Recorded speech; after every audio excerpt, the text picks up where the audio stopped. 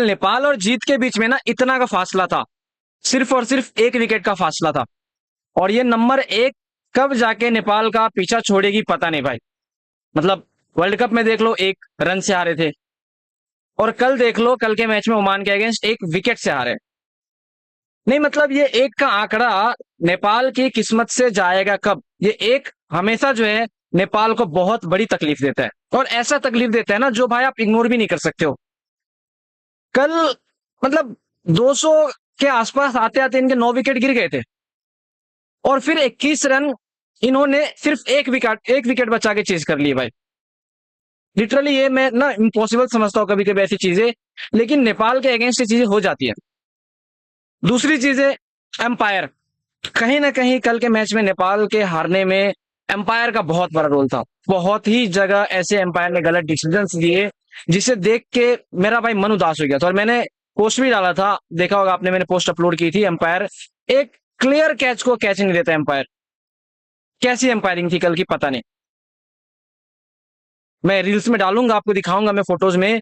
बहुत जगह ऐसा हुआ जहां नेपाल को विकेट मिलती, बहुत जगह पैड पे बॉल लग के जो है विकेट मिलती नेपाल को, बहुत जगह कैच मिला नेपाल को, लेकिन उस कैचेस को, उस पैड पे लगी हुई बॉल को आउट नहीं दिया गया एम्पायर की तरफ से।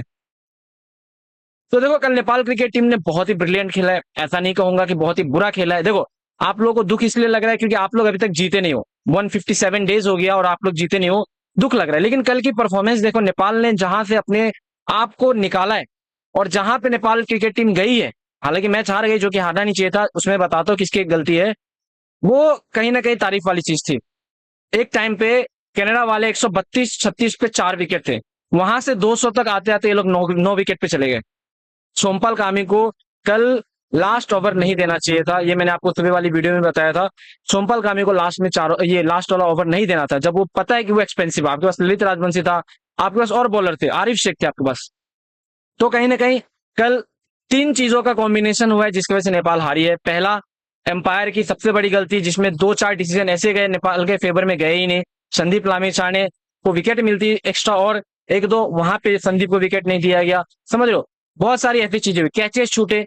तीसरी चीज ये हुई कि कप्तानी में, बॉलिंग रोटेशन में बहुत ज्यादा गलती हुई है। अगर आपने रोहित पौडेल की कल बॉलिंग रोटेशन देखी है, बड़ा ही एवरेज बॉलिंग रोटेशन है। कल मैंने आपको कहा भी था, दीपेंद्र कुशल और ये गुरतेल, इन तीनों में से किसी एक को रखना था आपको, इन तीनों में से किसी एक को रखना था, क्योंकि मिडिल ऑर्डर में आपको बॉलिंग चाहिए था, और वो चीजें दिखी है।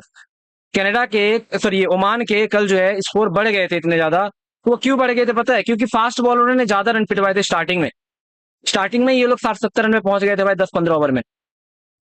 तो कहीं ना कहीं वहां पे लैकनेस हुई, बॉलिंग रोटेशन बहुत ज्यादा लैकनेस हुई कल हुई है। कप्तान रोहित पौडेल लास्ट में आते आते तक जो है वो थोड़ा समझ नहीं पाते हैं। खैर, रोहित पौडेल की भी पूरी गलती नहीं है, सोमपाल कामी एक एक्सपीरियंस बॉलर है, उसी को सोच के यहाँ पे रोहित पौडेल ने दिया।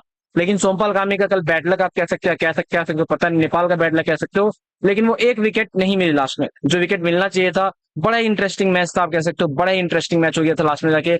मतलब लग ही नहीं रहा था कि भाई नेपाल हार जाएगी, लग ही नहीं रहा था, लग रहा था कि नेपाल टीम जीत जाएगी। लेकिन भाई किस्मत, बड़ी मैं कहूँ ना बहुत बुरी चीज होती है किस्मत। और ये एक का आंकड़ा जो है नेपाल का कब पीछा छोड़ेगी पता नहीं। वर्ल्ड कप में भी आप देखो 1 रन से आ रही थी, कल भी 1 विकेट से आ रही है। खैर, कल गुलशन झा के लिए बहुत ज्यादा यहाँ पे मैं खुश हूँ।